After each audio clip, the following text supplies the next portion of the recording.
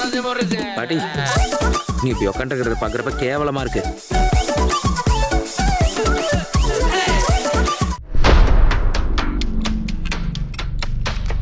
பாதுகாப்பு துறையில் ஒரு புரட்சி வெடித்துள்ளது. பல கோடி ரூபாய் மதிப்புள்ள ஏவுகணைகளை வெறும் சில டாலர்கள் செலவில் கண்ணிமைக்கும் நேரத்தில் அளிக்கும் லேசர் ஆயுதங்கள் போர்க்களத்திற்கு வந்துவிட்டன. குறிப்பாக ஸ்டேலின் அயன் பீம் மற்றும் அமெரிக்காவின் டிரெக்ட் எனர்ஜி எனப்படும் நேரடி ஆற்றல் ஆயுதங்கள் 2026 உலக நாடுகளின் கவனத்தை ஈர்த்து வருகிறது. அயன் பீம் என்றால் என்ன? தொழில்நுட்ப விளக்கம். அயன் பீம் என்பது ஸ்டேலின் டிராவல் அட்வான்ஸ்டு டிஸ்பென்ஸ் சிஸ்டம் நிறுவனத்தினால் உருவாக்கப்பட்ட 100 kV திறன் கொண்ட அதிவேக லேசர் ஆயுத அமைப்பாகும். இது ஒரு டிரெக்ட் எனர்ஜி வெப்பன் DEW, அதாவது இது மற்ற ஏவுகணைகளைப் போல வெடிபொருட்களை ஏவுவதற்கு பதிலாக செறிவூட்டப்பட்ட ஒளிக்கற்றையை இலக்கின் மீது பாய்ச்சுகிறது. இந்த ஒளிக்கற்றை இலக்கின், அதாவது ஏவுகணை அல்லது ட்ரோன் ஒரு குறிப்பிட்ட புள்ளியில் மிக கடுமையான வெப்பத்தை உருவாக்குகிறது. இதனால் அந்த ஏவுகணையின் என்ஜின் அல்லது வெடிபொருள் பகுதி சில நொடிகளில் சூடாகி வானிலையை வெடித்து சிதறுகிறது அல்லது ஆவியாகிவிடுகிறது. அமெரிக்காவின் ரகசிய லேசர் தொழில்நுட்பம் 2026 எப்படி இருக்கிறது? அமெரிக்கா நீண்ட காலமாகவே லேசர் ஆயுதங்களை உருவாக்கி வருகிறது. 2026 ஆண்டின் தொடக்கத்தில் அமெரிக்க இராணுவம் மற்றும் கடற்படை பல அதிநவீன லேசர் அமைப்புகளை சோதனை செய்து களமிறங்கியுள்ளன. DEN ஷாட் இது ஸ்ட்ரைக்கர் ரக கவச வாகனங்களில் பொருத்தப்பட்ட 50 கிலோவாட் லேசர் அமைப்பாகும். இது ஈராக் மற்றும் பிற போர்க்களங்களில் ட்ரோன்களை அழிக்க ஏற்கனவே சோதிக்கப்பட்டுள்ளது. அதே நேரம் 300 kilowatt high energy laser America தற்போது 300 கிலோவாட் திறன் கொண்ட லேசர்களை உருவாக்கி வருகிறது. இது சிறிய ட்ரோன்களை தாண்டி பெரிய க்ரூஸ் ஏவுகணைகளை அழிக்கும் திறன் கொண்டதாக கருதப்படுகிறது. இதனுடைய பயன்பாடு 2026 அமெரிக்கா தனது என்ரிங்கை எனர்ஜி லேசர் திட்டத்தின் மூலமாக லேசர் ஆயுதங்களை ஒரு சோதனை திட்டமாக மட்டும் வைக்காமல் இராணுவத்தின் நிரந்தர பிரிவாக மாற்ற போட்டிகளை நடத்தி வருகிறது. குறிப்பாக சொல்லிக்கொள்ள வேண்டுமாக இருந்தால் அயன் பீம் மற்றும் அயன் டோம் ஆகியவை ஸ்டேலின் புகழ்பெற்ற அயன் டோம் ஏவுகணைகள் வழிமறிப்பதில் சிறந்தது. ஆனால் அயன் பீம் அதிலிருந்து முற்றிலும் மாறுபட்டதாக காணப்படுகிறது. குறிப்பாக இதனுடைய ஒப்பீடுகளை பார்க்கலாம். அயன் டோம் அயன் பீம் ஆகியவற்றினுடையது குறிப்பாக ஏவுகணை மூலமாக தாக்குதலை நடத்தும். அதே நேரம் அயன் பீம் லேசர் ஒளிக்கற்றைகள். செலவு ஒரு தாக்குதலுக்கு சுமார் $50,000. அயன் பீமினுடைய செலவு ஒரு தாக்குதலுக்கு வெறும் $3.5 மட்டுமே. அதே போல இன்னும் சொல்லிக்கொள்ள வேண்டுமாக இருந்தால் ஏவுகணையினுடைய வேகம், இது அயன் பீம் ஒளியினுடைய வேகத்தை ஒத்ததாக கருதப்படுகிறது. அதே நேரம் அயன் டோமை பொறுத்தவரை ஏவுகணையினுடைய வேகத்தை ஒத்து இருக்கும். அதே போல எண்ணிக்கை என்பது ஏவுகணைகளை தீர்த்துவிடும். அதே நேரம் அயன் பீமை பொறுத்தவரை மின்சாரம் இருந்தும் வரை முடிவற்றதாக இருக்கும் என்று சொல்லப்படுகிறது. ஆக அயன் டோம் ஒரு கட்டத்தில் முடிவடைந்துவிடும். ஆனால் இதில் இருக்கக்கூடிய அந்த மின்சாரம் முடியும் வரை இது வேலை செய்து கொண்டே இருக்கும் என்று சொல்லுகிறார்கள். லேசர் ஆயுதங்களின் சாதகங்கள்: குறைந்த செலவு. ஒரு ஏவுகணையை அழிக்க பல கோடி செலவழிக்கும் நாடுகளுக்கு லேசர் ஒரு தொழில்நுட்பம். இது ஒரு வரப்பிரசாதம். வெறும் ஒரு டீ குடிக்கக்கூடிய செலவில் ஏவுகணையை வீழ்த்த முடியும் என்று சொல்லுகிறார்கள். அதே நேரம் துல்லியமானது. கற்றைகள் மிக துல்லியமானவையாக காணப்படும். இதனால் சுற்றியுள்ள பொதுமக்களுக்கோ அல்லது கட்டிடங்களுக்கோ சேதம் ஏற்படுவது மிக குறைவு. அதே போல முடிவற்ற தோட்டாக்கள். ஏவுகணைகள் தீர்ந்துவிடும் என்ற கவலை லேசர் ஆயுதங்களுக்கு இல்லை. இதற்கு தேவையானது மின்சாரம் மட்டுமே.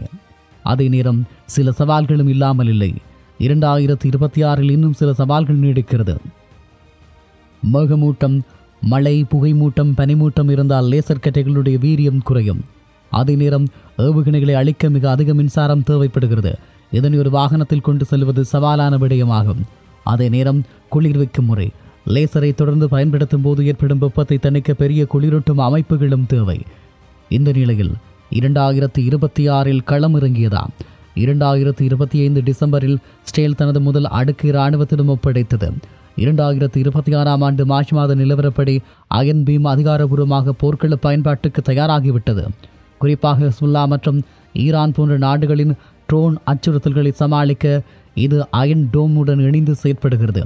அதே நேரத்தில் அமெரிக்கா தனது கடற்படை கப்பல்களில் 70 கிலோவைட் முதல் 150 கிலோவைட் வரையான லேசர்களை பொருத்தி கடல்சார் பாதுகாப்பை உறுதி செய்து வருகிறது. இந்த நிலையில் வானில் வரும் ஆபத்துக்களை ஒளியின் வேகத்தில் அளிக்கும் லேசர் ஆயுதங்கள் எதிர்கால போர்க்களத்தின் முகத்தையே மாற்றப் போகிறது. ஒரு ஏவுகணையை அளிக்கும் ஒரு ஏவுகணை என்ற பழைய கணக்கு மாறி ஒரு லேசர் கற்றை போதும் என்ற நிலை 2026 உருவாகியுள்ளது. இது பாதுகாப்பை அதிகரிப்பது மட்டுமல்லாமல் இராணுவ செலவுகளையும் பெருமளவு குறைக்கும் என்று சொல்லுவார்கள். உங்களுக்கு தெரியுமா, அயன் பீம் லேசர் இலக்கை தாக்கும் எந்த சத்தமும் ஏற்படாது. அது கண்ணுக்கு தெரியாத அகச்சிகப்பு ஒளியாகவும் இருக்கும் என்று சொல்லுகிறார்கள். சத்தம் இல்லாத மரணம். ஏவுகணைகள் ஏவப்படும் போது பெரிய சத்தமும் புகையும் வரும். ஆனால் லேசர் ஆயுதங்களை முழுக்க முழுக்க சத்தமற்றவை. லேசர் கற்றை பாயும் போது அல்லது இலக்கை தாக்கும் போது எந்த விதமான வெடிச்சத்தமும் கேட்காது. எதிரிக்குத்தான் தாக்கப்படுகிறோம் என்று தெரிவதற்குள்ளேயே ஏவுகணை வானில் எரிந்து கொண்டிருக்கும். அதே நேரம் கண்ணுக்கு தெரியாத ஒளி. சினிமாவில் வருவது போல பச்சை அல்லது சிகப்பு நிற கோடுகள் வானில் தெரியாது. அயன் பீம் பயன்படுத்தப்படும் போது அகச்சிகப்பு கதிர்களை இது மனித கண்களுக்கு தெரியாது. இலக்கு திடீரென தீப்பிடிக்கும் போது மட்டுமே ஏதோ ஒன்றை தாக்குகிறது என்பதை உணர முடியும். ஒளியின் வேகத்தில் தாக்குதல். உலகின் அதிவேக ஏவுகணைகளை கூட ஒளியின் வேகத்தை விட சில மடங்கு மட்டுமே வேகமாக செல்லும். ஆனால் லேசர் ஒளியின் வேகத்தில், அதாவது மணிக்கு 3 லட்சம் கிலோமீட்டர் வேகத்தில் செல்லும். அதாவது சுவிட்ச் போட்டு அடுத்த மைக்ரோ செகண்டில் அது இலக்கை தாக்கிவிடும். இதிலிருந்து தப்பிப்பது என்பது ஏவுகணைகளுக்கு சாத்தியமற்றதாக காணப்படுகிறது. இன்னும் ஒன்று சொல்ல வேண்டும், முடிவில்லாத தோட்டாக்கள். சாதாரண ஏவுகணை தடுப்பு அமைப்புகளில் 20 அல்லது 30 ஏவுகணைகள் தீர்ந்தவுடன் அவற்றை மீண்டும் நிரப்ப நேரம் எடுக்கும். அதே நேரத்தில் எதிரி தாக்கினால் ஆபத்து. ஆனால் லேசர் ஆயுதத்திற்கு மின்சாரம் இருக்கும் வரை தோட்டாக்கள் தீராது. இது ஒரு இன்ஃப்ளூயன்ஸ் மேகசின் துப்பாக்கி போல செயற்படும். அதே நேரம் அறுவை சிகிச்சை போன்ற துல்லியம். ஒரு கூட்டமாக வரும் ட்ரோன்களில் குறிப்பிடப்பட்ட ஒரு ட்ரோனின் கேமராவை மட்டும் அல்லது அதன் இறக்கையை மட்டும் லேசர் மூலம் துல்லியமாக சிதைக்க முடியும். இது மற்ற வெடிப்பொருட்களால் முடியாத ஒன்று என்று சொல்லுகிறார்கள். ஆனால் வானிலைதான் இதன் ஒரே எதிரியும். இவ்வளவு பலம் வாய்ந்த இந்த ஆயுதத்திற்கு ஒரு பலவீனம் உண்டு. அது மேகமூட்டம் மற்றும் மழை அடர்த்தியான மூடுபனி அல்லது மழைத்துளிகள் லேசர் ஒளியை சிதறடித்து அதன் வீரியத்தை குறைத்துவிடும். இதனால் தான் லேசர் ஆயுதங்களை எப்போதும் அயன் டோம் போன்ற ஏவுகணை அமைப்புகளுடன் இணைத்தே பயன்படுத்துகிறார்கள். இந்த நிலையில் விண்வெளி போர். இந்த லேசர் தொழில்நுட்பம் எதிர்காலத்தில் செயற்கைக்கோள்களை பாதுகாக்கவும் பயன்படும். வளிமண்டலம் இல்லாத விண்வெளியில் லேசர் இன்னும் அதிக தூரம் இன்னும் அதிக வீரியத்துடன் பயணிக்கும். இப்படியான ஒரு சூழலில் உங்களில் ஒரு கேள்வி இருக்கலாம், இந்த லேசர் ஆயுதங்கள் மனிதர்களை தாக்கினால் என்னவாகும்? இது மிகவும் உணர்வு பூர்வமான மற்றும் தார்மீக ரீதியிலான கேள்வி. லேசர் ஆயுதங்கள் ஏவுகணைகளை உருக்கும் அளவுக்கு வெப்பமானவை என்றால் மனித உடலுக்கு அது என்ன செய்யும்? கண் பார்வை. லேசர் கதிரின் மிகச்சிறிய சிதறல் கூட மனித கண்களை தாக்கினால் அடுத்த நொடியை நிரந்தர பார்வையின்மையை உண்டாக்கும்.